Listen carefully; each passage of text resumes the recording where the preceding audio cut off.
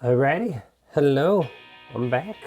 I'm trying to start making some content. It's been about a year since I've made a video on any platform, and I'm really excited. There's been so much that's happened with Pokemon in the past year. I've been keeping up with it, but we're just gonna jump straight into doing some matches. I have a new setup, and I'm really excited because I think it's gonna make it a lot easier to make content more easily. So we're just gonna kind of jump straight into some matches. I'm hoping to put out videos at least 2 times a week on YouTube and then put shorter things out on TikTok. But here is a very popular deck right now. We have a Raging Bolt. This is a very straightforward list. I believe I got this off of Limitless TCG, and I think I've changed a couple things here and there, but it's pretty straightforward with a lot of lists that you see with Raging Bolt. And I think right now, if I had to play in a regional or anything like that, I think this would be the deck that I would do. I can't wait to kind of break down just some other decks that I'm excited and I'm enjoying playing right now. So without further ado, let's go ahead and hop into some Pokemon matches.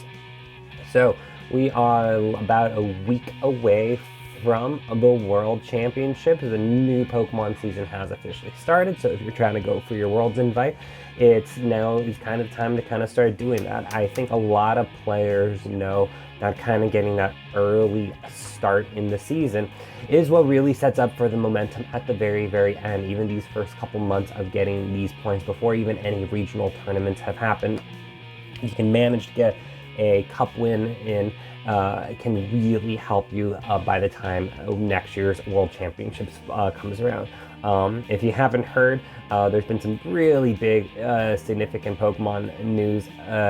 Only the top 125 players from North America and Canada will qualify next year.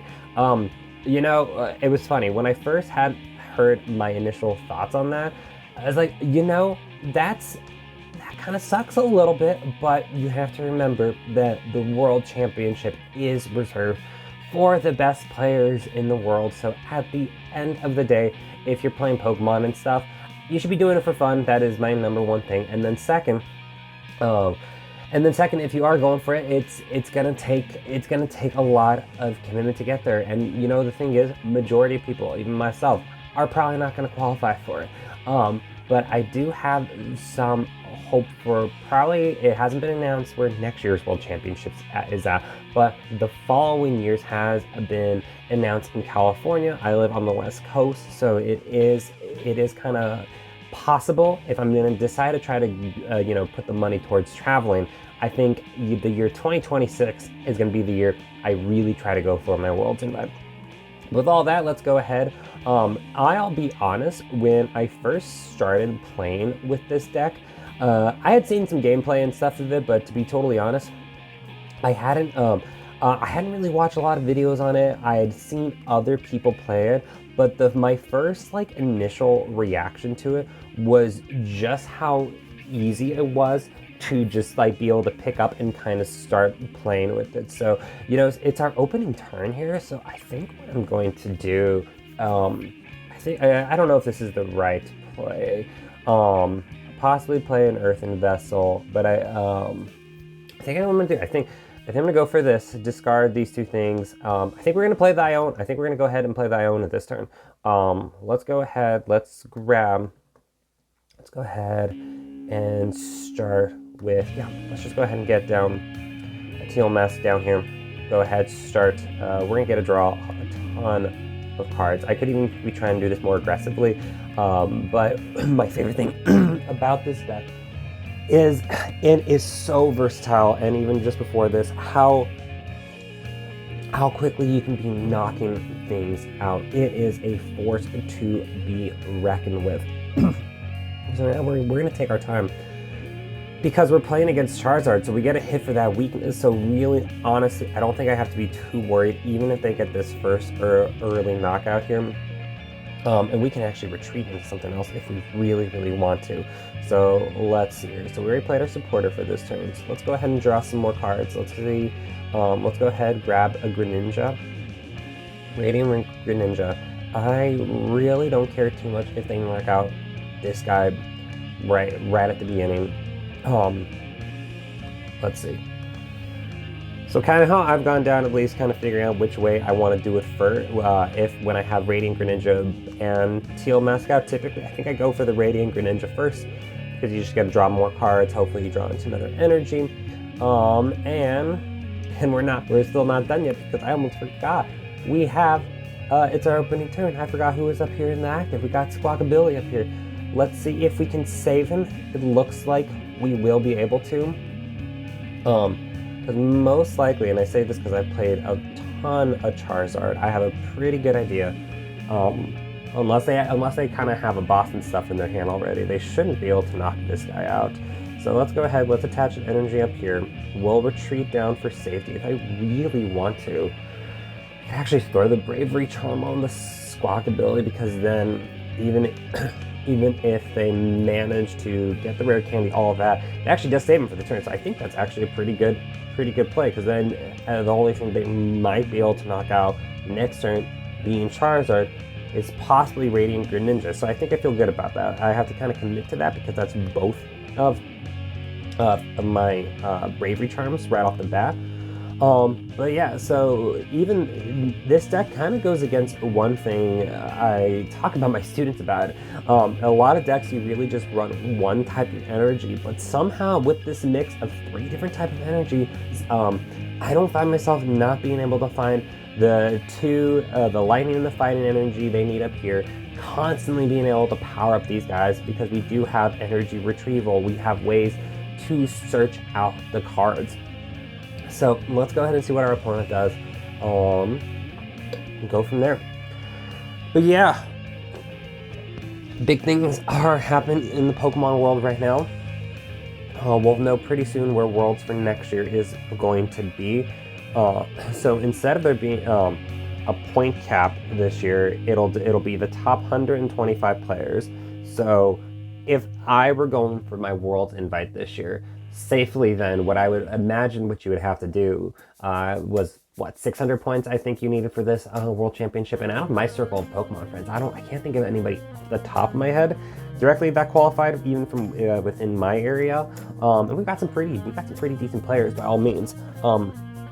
But I would say safely then, you would need, if you want to safely like guarantee like your invite for next year, you're gonna need something like 650, 700 points. You're gonna want to shoot for higher than you need to, because if you go on the Pokemon website right now, look at the top competitive players, some of them have over 1,000 points. So if you're just a normal person, you're gonna assume kind of the first 25 slots are gonna be taken by the pro players, the ones that have the sponsorships that go to every event, and that's just kind of normal thing.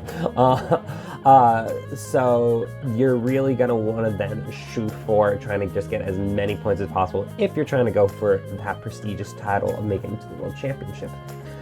All right, we got a lot of options here. So what we need to do this turn, it'd be kind of tough to get the knockout, 7, 14, 21, 28. I need 5. I think I'm going to be shooting to get the knockout with Raging Bolt up here. It's so funny because I love Charizard for so long, so now that I'm fighting against him, but I don't really have any retreat things in here. So we're going to do, let's go ahead, draw some cards, see what we have here. I think we're going to be able to get it. Let's see. Let's go ahead. Let's play Pokegear. Can we hit? We got a boss's order. That actually, you know what? That makes this actually kind of easier. We'll go. I think we can go this route and shoot for. Oh, let's just shoot for Rotom. 7, 14, just 3. That's way easier. I already had a boss in my hand too. What am I talking? Nope. Oh, wait. We don't have. I realize I don't have any energy up here. And since we can't retreat, so this is a good thing, just kind of where the limits of this deck run. So what we're going to want to do, we got to try, if we're going to try to get a knockout, we got to try to go for the Charizard, this is a lot to ask for here. But we got the 1 fighting energy, and we can get to, so we can actually thin things out a little bit more too. So I can't believe I'm going to actually do this, but I do want to thin out as many cards in my deck as possible. So go ahead and discard 1 boss, because actually I wouldn't want to discard the fighting energy. But let's go ahead and give this a shot, because we need to hit we need Seta's Vitality. Yeah, we gotta hit one of them. And I realized I discarded 2 already. So that is going to be tricky. So we will be checking for pricing hopefully too. Let's just go ahead and see if we can get it. Honestly, it's okay if we don't. Let's see. Let's check if it's even there too. Let's go ahead. See if both of them are present. And we're a little. Let's see. So there's 1. All right. We actually managed to hit this. Let's see. So we still get to draw 3 more cards. So let's see what we can do. And then we for sure got some more Pokegears. Ready? We've got one more. Let's see. So what do I want to do here? Let's go ahead. Actually, we're still looking pretty good. Even if, because then we're just going to get to come swinging in with Charizard next turn. Not Charizard, with Teal Mask. Ooh, not there. So let's see. I don't want to set up because they're going to get these prizes, and that's going to make a pretty big difference, because this is the one thing maybe right now I would be doing, would be finding some type of switch cards or something in here. Can't attack, I can't retreat. I think we just kind of got to pass our turn. Yeah. Unfortunate, but yep, I really need to attach. I don't want to waste it on anything. So, maybe, no, I still think that was all really good and dandy. So we're gonna get set up, the exchange. I think I have a Palpat in here. This guy has been crazy, this Dusclops and the Dusknoir, to see how that's kind of weaseled its way into Charizard. It's been really cool. I still play Charizard a decent amount. I have 4 different decks built that I like, that I think I'm going to be rotate. That'll be my regular rotation going to Pokemon League. I'm playing this. I'm playing Charizard. I have a single prize Roaring Moon, and then Chin-Pao. And then all 4 of those different decks, I do kind of just based off of, I kind of have all 4 decks ready with the list usually printed out, and then I base it off of what my friends in my local community are playing, because there's certain matchups and stuff that some decks do better at than with others. So I kind of just try to get a feel, and then I kind of go for it. I usually have like in mind what deck I am going to use for a tournament. So we're going to see Raging Bolt get knocked out, and we're going to go behind early here on this prize exchange. So I'm trying to think what my out is going to be. So what I would have wanted to do there was one, I think I played Pokegear last turn. What I would have wanted to do, I would have wanted to burn my deck out a little bit more before that. I really thought I was going to be able to hit it. And then the crazy part is, had we got, the only thing we were missing from last turn was that Professor Zeta, and then we would have been able to knock out. Now we have one kind of good thing going here right now. So looking at this prize exchange, it lets you put 13 and get 1 more on there. So basically, we're going to go in with a pretty interesting strategy right now. So we're going to try, they knock out Mel, they're at 210. I wish I would have kept, it really is just going to depend on what happens here. So I feel like there's also another thing, 210. Yeah, so we just gotta knock out this guy. 210, yeah. All right, let's just go for it. This is where things are going to get interesting.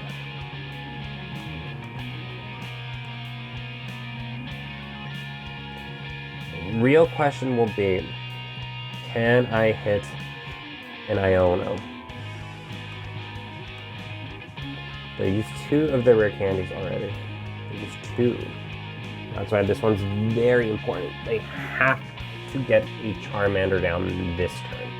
This is going to be a pretty straightforward match, I think. I do think they're going to probably win. But let's play it out. Let's see what happens. They could have some energy prize. Typically, they have 3 energy there already, so they're typically going to have 6. If any of those are prized, and I've done this so many times with Charizard too, where I've just like miscounted my energy. And then we'll see. Let's see how they're gonna move those around. Ooh. Oh, wait, this is important to know. So something just happened here. They had the energy.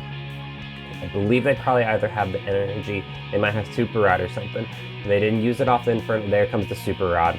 So they would have wanted a Super Rod first, or maybe they did, but I've done that plenty of times. I've done that so many times where I evolve with the Charizard first. But that's gonna matter if they don't get that attachment. Let's see. I'm trying to think, and they've already V-starred. So I'm trying to think if I can, like, what I really got a hit for. I'm trying to remember if I put, because that's only going to get them 1 prize. That's 12, 13 counters here. So the prize exchange, even if they knock this guy out, Curse Blast, they're going to use it. They're going to knock out the Radiant Greninja. That does kind of suck a little bit for draw power. But very interesting card. Fantastic. Like, especially if you're trying to just take that last prize card. So this puts us at the same place anyway. So now they're knocking out anything anyways. But it definitely helps Charizard, where they take these 2 prizes and the next turn they only have to knock out, actually a lot of times only have to knock out 1 prize. This is what I was forgetting about. Radiant Charizard. That might just do it.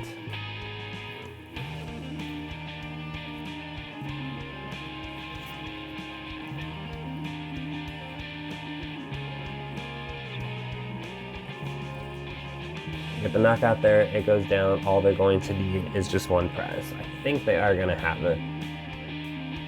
And all they need is 1 energy. Yeah, I'm pretty sure they got it.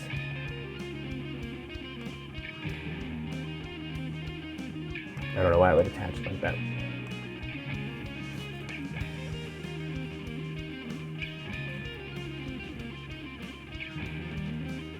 Cool. As long as they have, I mean, they could do a lot of things right now to get this final one. There's the other Professor Zeta.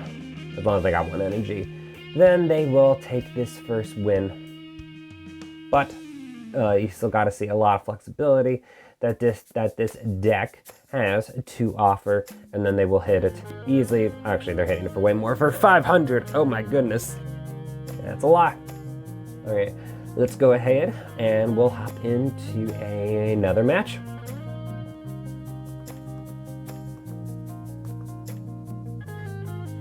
I like that one. So that was actually that was a pretty good one. It had that one turn, had I hit that Professor Zeta, I think it would have been fine. I think that one really came down to that turn of hitting it. All right. Let's do another one.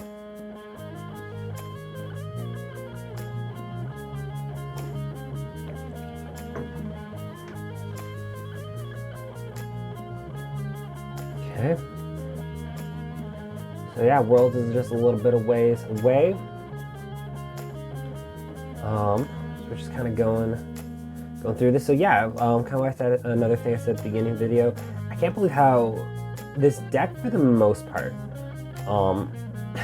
believe it or not, I don't watch a ton of like gameplay videos of other people or figuring out how a deck works. I just kind of jump into it and start experimenting with it, start figuring out how it works, and then really, so you know, usually I do kind of hop over to Limitless. I find a couple lists, but then I change them. So like right off the bat, one of the things that I'd like to put into this list, that I think I do want at least 1 switch card in there, because I had 1 switch in there, that was a perfect example right there. I would have been able to possibly switch into the Charizard or something, not switch into the Teal Mask, and then be able to knock out. But I think most of the time you're going to be able to power them up in time. So let's go ahead and take a look at match number 2. Let's go ahead, let's take a look at one thing I'm trying to get better at, is just to kind of take a second to look at all my, like, what are my prices? Because I should be able to, I've been playing long enough, I should be able to look and kind of get a pretty good idea of what's, what my price cards are. Just like everybody, I get excited, I want to just kind of keep going. My philosophy has not been a good one that when it happens, but you should be able to, like, you know, kind of have an idea. And I think one of them was Professor Seda, so we know one Professor Seda is there. We have a Raging Bull in our hand, that will be coming down, and let's go ahead and start with, interesting. I want to, that's a lot of energy if we decide to go for the Squawkabilly. I'm trying to decide if I'm comfortable losing that many energy cards. I think what players would still say is that, and this is something, another early thing I would tell, like, new players probably don't get quite yet, is that you want to be drawing cards as often as you can, especially in the opening play. So we're gonna go ahead, we're gonna play the Squawkabilly down. Go ahead, throw down Raging Bolt. Let's go ahead and attach a Lightning Energy. Those are the ones that I have the least of in this deck. And let's go ahead. So I'm like right here, I'm not going to play the Earthen Vessel.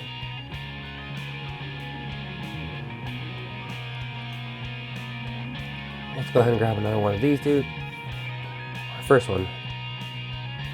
And let's see.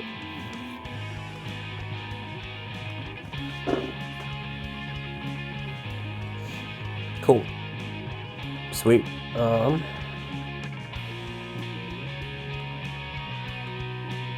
See, let's throw Bravery Charm down here. If we want to, we could, let's see. And kind of the first thing I've noticed with this deck is sometimes your bench does get kind of full kind of fast. So with this here, there's another option I have that I actually love in this deck. Just again, kind of the flexibility we've been seeing. And maybe this is actually maybe it's how I would want to play, is that it's got so many bells and whistles in here. Right now, I could go for Mew. I could grab Mew, but I think we're gonna wait. I think we're good. I think I kind of want to keep this space open. I could do one more. Let's do one more Teal Mask. Let's be a little greedy here. Let's keep drawing cards. It's our opening turn. I'm gonna be greedy. I'm still kind of getting this deck down. So we have, yeah. So that's our energy retrievals. Another card I would consider that I kind of want to put in here that it's a personal favorite. I really like Super Rod.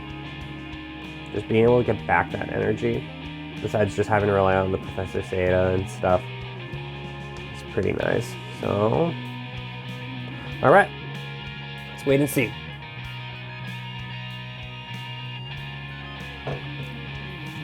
Chien-Pao, I think I should be able to squeeze this match out. Especially that I was going second, especially if the Chien-Pao stays out. Chien-Pao's good, like, I'll play it a little bit from time to time, but it definitely, like, if you don't get the Baxcalibur out, you're kind of toast. So that's my one thing with it. And then a lot of the times too, just those opening hands, you can just really have a bad starting hand.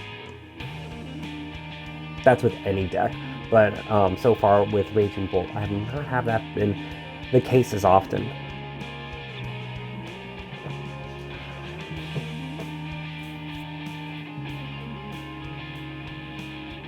Radiant Greninja's coming down, but yeah. All these decks that we're seeing, I've played a decent amount.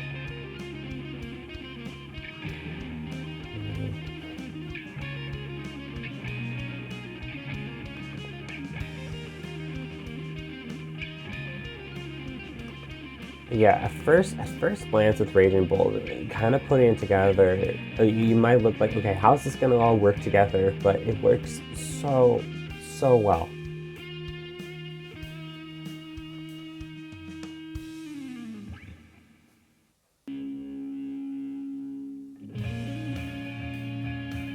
Heal cards.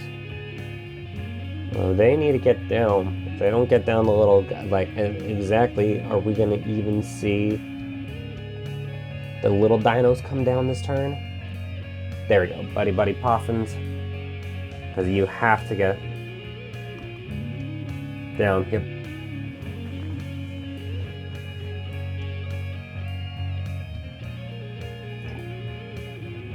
You have to get those guys down on the first turn.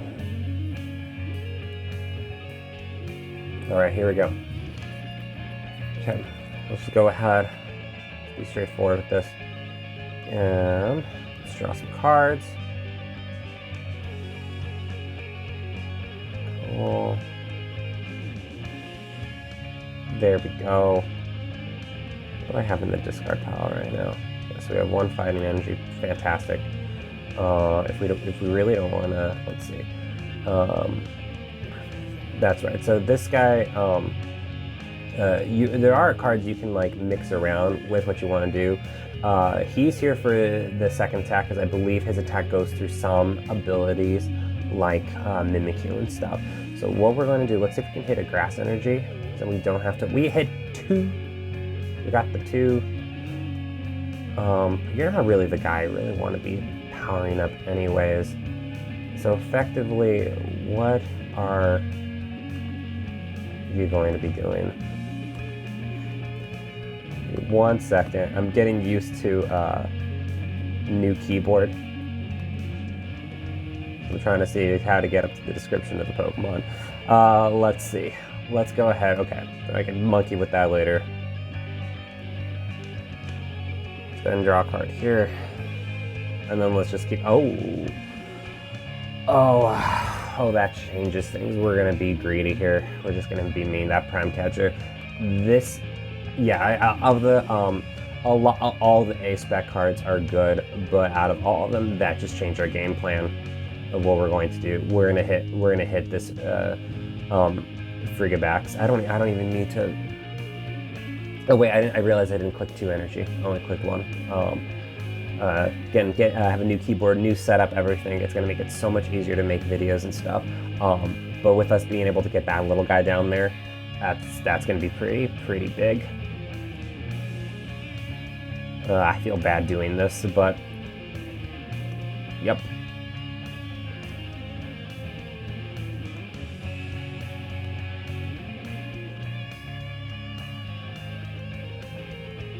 And now that we're here in this state, I can probably, so for any new players out there, I could have knocked out the Chien-Pao, could have done that too. Could have easily done the Chien-Pao with just the manual retreat from the Cornerstone Mask, but instead, that is actually exactly what I just said, because if a second ago, if that guy gets knocked out and stuff, like, they're 2 turns away. They can't do anything right now. I don't think this is a Palkia list by any means. I don't really think people are doing that right now anymore anyways.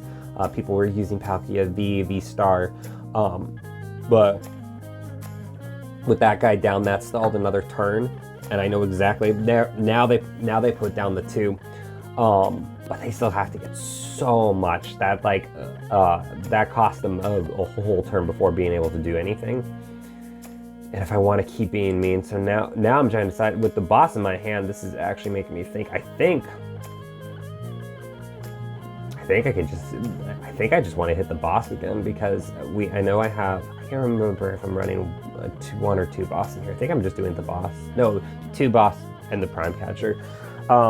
Because effectively, there's our answer. There's the second boss. Effectively, that just shuts everything down. So one other thought I had earlier, kind of with how the bench is here. So with how I got set up, this happens from time to time, where downside of this deck, where it does have some of its weaknesses, is sometimes your bench space kind of gets clogged like this. So you're just kind of stuck with what you have up here. So it's not who I would want to power up. But we'll go ahead and power up this Cornerstone Mask. Double checking something if this attack damage is by weakness or resistance, or yeah. So Demolish goes through things like Mimikyu. I think that I believe so. Double check that always with a judge friend, but I believe so. So let's go ahead. Sure, why not? We'll power up this Cornerstone Mask. And I could be greedy. At this point, let's just keep powering up these teals. I think we're fine. We could have also Radiant Greninja. Another option too, actually, that's just as brutal. So now, I think I actually know what I want to go for. So last time we got that, I think, because I know how this deck works, I've played a decent amount, I think I'm going to knock out their barrel. This hurts more. That's a huge part of their draw engine. Okay, we're gonna give this a shot. And then, unless I have a super, super lucky turn,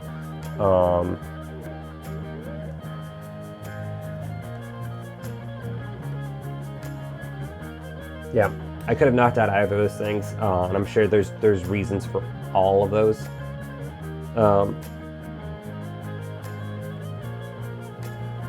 6, 12, 18, 24. 5, 6, 12, 18, 24, 5. Yeah, so they'd have to have 5 energy. And then we can finally start probably powering up another one anyways.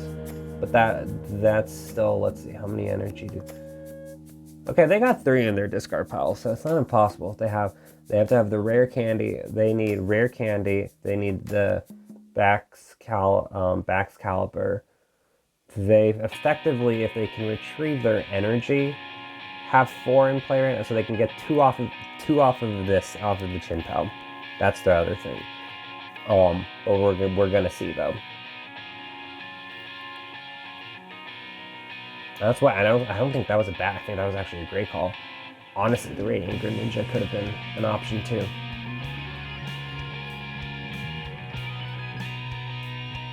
All right, if they're coming in with the Radiant Greninja, then that interesting actually. Interesting.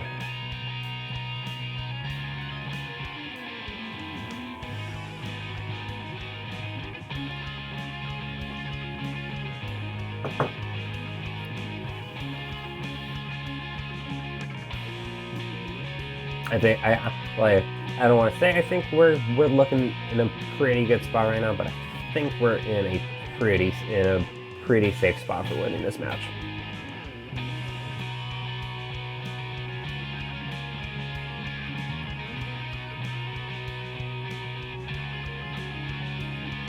See if anything is possible. That's my turn, so they might just, I don't know if they're just, if their connection went out or anything, but it looks like, let's just go ahead and keep doing this now. I think we should be fine. I don't anticipate us losing. I'm gonna keep this pretty fast, try to keep this as fast as possible. Just go ahead, discard. We'll discard that Nest Ball. Discard that. Ooh, only 1 more energy. I guess, sure, so, both energy retrievals. No, we got 1 more, alright. Almost don't even need to waste the boss. 14, 21.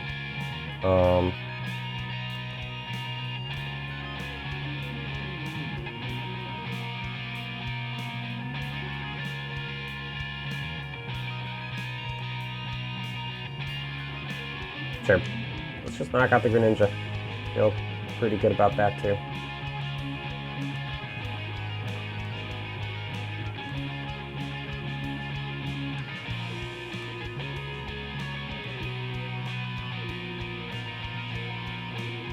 Now they didn't do anything with their hand earlier, so I know. Let's see.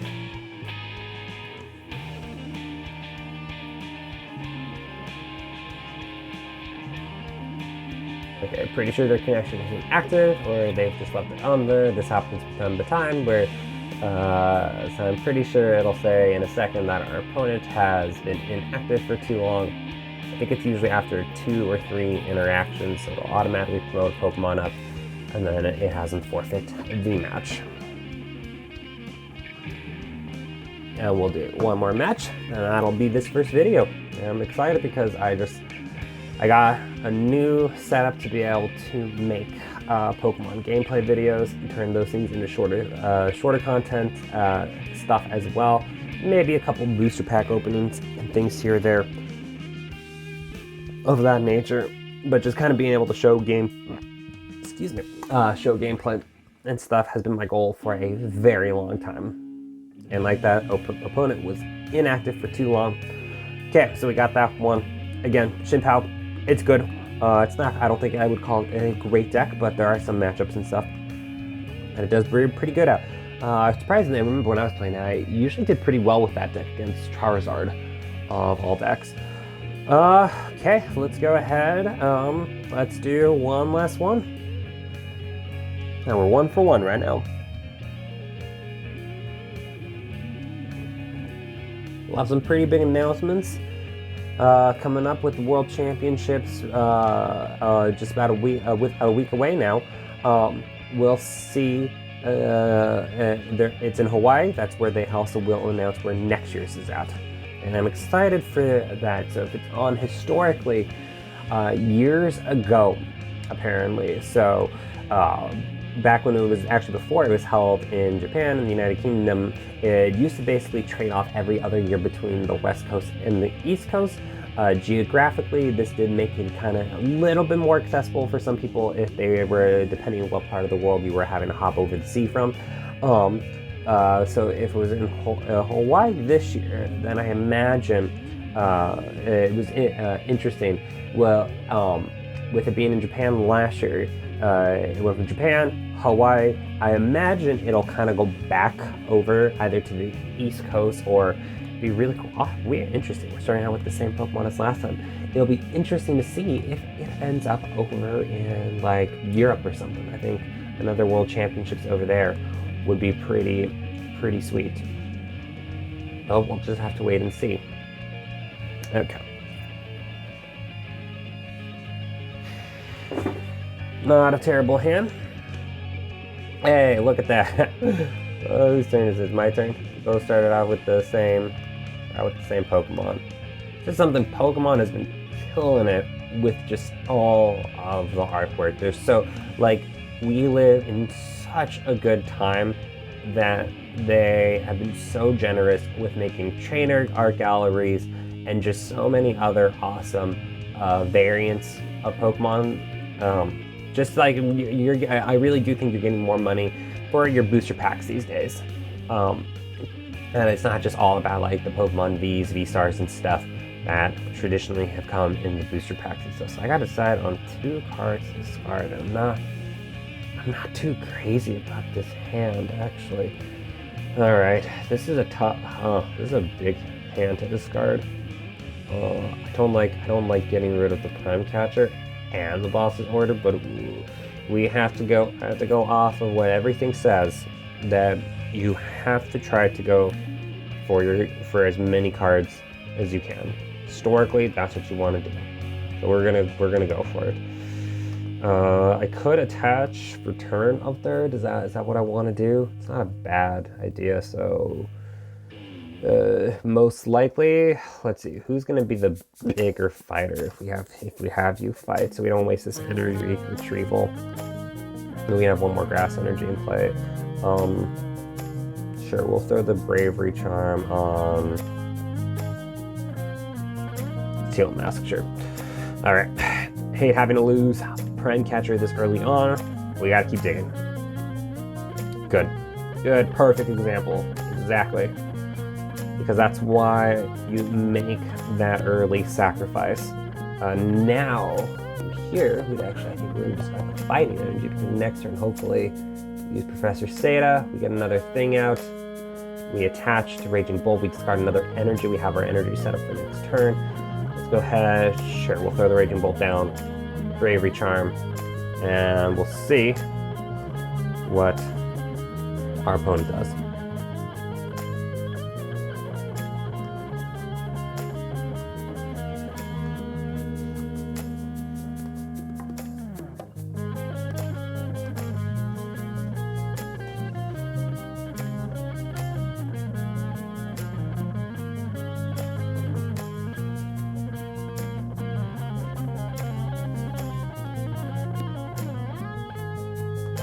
And I can't believe it's already been a year that we've had TCG Live up and running. It is kind of, I do find it funny. People will always find something to complain about on the long-term run of things. I am truly actually loving TCG Live. Sure, there's been a plethora of bugs and stuff over the past year, but in comparison to PTCGO, like not having to drop 50 codes to try to get one card off the horrendous trade system they had, I honestly can't believe we have a time, and we're in a time where they're playing Iron Valiant, where you can just get Pokemon booster packs relatively easily. It's pretty awesome. All right, so let's see here. So let's start with some drawing. Let's do concealed cards. Pretty awesome stuff right there. That is all fantastic. Get one more thing to discard. Be very happy if, let's see, so inspect board, say, what was it in there? The fighting energy. So I need lightning off of that, so we need to grab the lightning energy. The fighting would be fantastic if we could hit. So we have our energy cost now for the here, plus our retreat up there. Let's go ahead and hit another teal dance.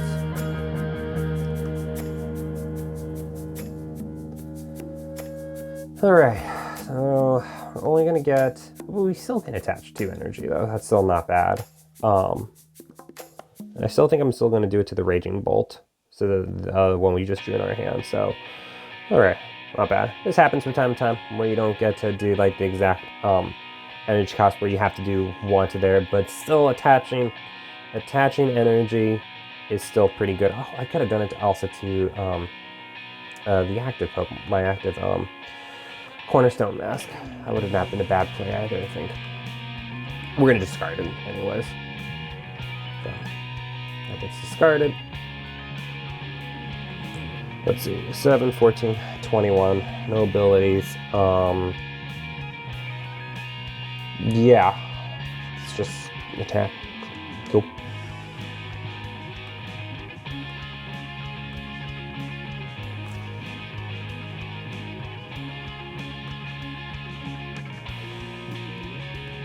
$210, knocked out.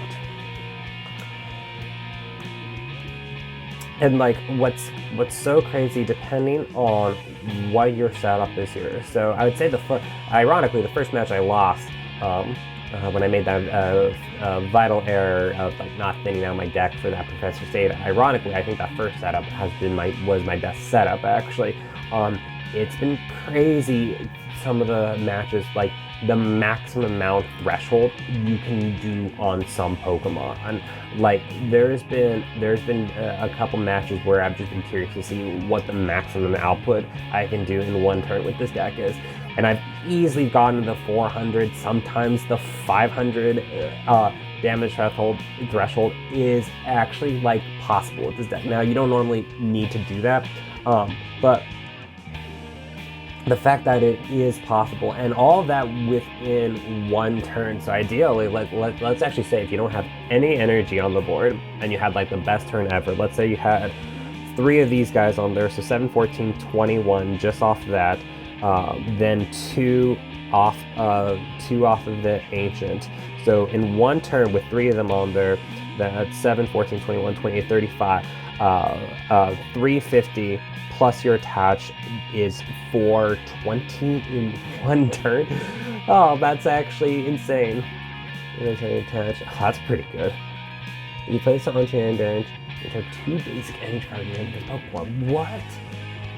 I mean, what? That's pretty. Wow. I'm not actually familiar with this card yet. When you play this Pokemon in your hand onto your bench, you attach 2 basic energy cards. That's fantastic. That's a really good card. 30 more damage for each counter on your opponent's active Pokemon. Always fantastic. Anytime the thing where you see more damage counters, that is pretty good. That's it right now. I don't want to get arrogante, but think we're looking in a pretty good spot right now. So let's go ahead, before the timer runs. Let's see, let's go ahead, we'll do the grass energy. We'll attach down here, perfect. Let's see, let's go ahead, get you powered up, nice and powered up. So we're getting you nice and powered up. You have to hit for 21 again, which right now we're there anyways, with the teal mask. So actually what we gotta do, this is fantastic. Do we have another Seda in my hand? I do. So do I got the grass energy? Yes, so this is what we're gonna do. We're gonna do something like this. We're gonna use Professor Seda to attach the 2 grass energy, one actually down to the Raging Bolt, one down here. Get to draw some more cards a little bit. And then we'll get to use those for the energy costs so we don't have to waste energy. I just realized it's not an ancient trait Pokemon. Oops. And I just now done that mistake almost a couple times where I've accidentally hit turn. I gotta get used to where my mouse cursor is at, where I've almost ended my turn a couple times. I have done them. I just realized you're 210 also. Let me double check one more thing real quick. Make sure that's the one that lets it do it. Okay, so let's see. What's this card? 7, 14, 21, 28. Just do that. Feels good. And we're knocked out. Okay. Cool. 2 prizes to go. We're gonna send this guy up. We can actually take our time here. Let's see. Double check things. I used both of them, so I used those. So 100, 30, 60. So right now, okay, so I was gonna say it's only 30 more, so even with these 2 damage counters on. So I see 30, 60, 90, so effectively hitting for 190 with this dude. Is that right? 30, 60, 90, 120, 260. So if we can hit, we know for sure. This is actually my favorite part in this about like making videos is I actually work through when I'm actually talking about things, and like most people when they talk about things, I actually work through the thought process so much better talking about it out loud. So I am running a Pal Pad in here, that's good. So that's what we want to double check. So the first thing I want to double check right now is make sure if I have my boss in there. If not, then we're then we're going to need to hit that Pal Pad first. So right now we're double checking. So this is something I do. I'm not perfect. I'm not great at even checking my prizes, but I am pretty good at double checking, like in the process. Like, okay, so we got to make sure my boss is there. I see that. So that changes everything. So that's what we want to hit this turn. So we have a couple options, and we want to thin out our deck a little bit more, which we can. So at this point, we want to win this turn. So what we want to try to do here, we're going to go ahead, before we do anything with the Radiant Greninjas, what I would like to do, we're going to grab 2 more cards from our deck. We're going to go ahead. So what I'm doing right now is thinning out the deck. So I'm just grabbing more cards from my deck. So that way, when I play this Pokegear in a second, actually, ideally, which one am I going to want to do first, actually? I don't think I'm going to need the Mew. But we want to win this turn. We really, actually, so I would actually want to keep you in case we whiff it. We'll take a knockout no matter what this turn, but I actually would want to keep this Teal Mask to power up for next turn. So we knock out here, and then, yeah, because at this point we're out of energy. So we gotta make that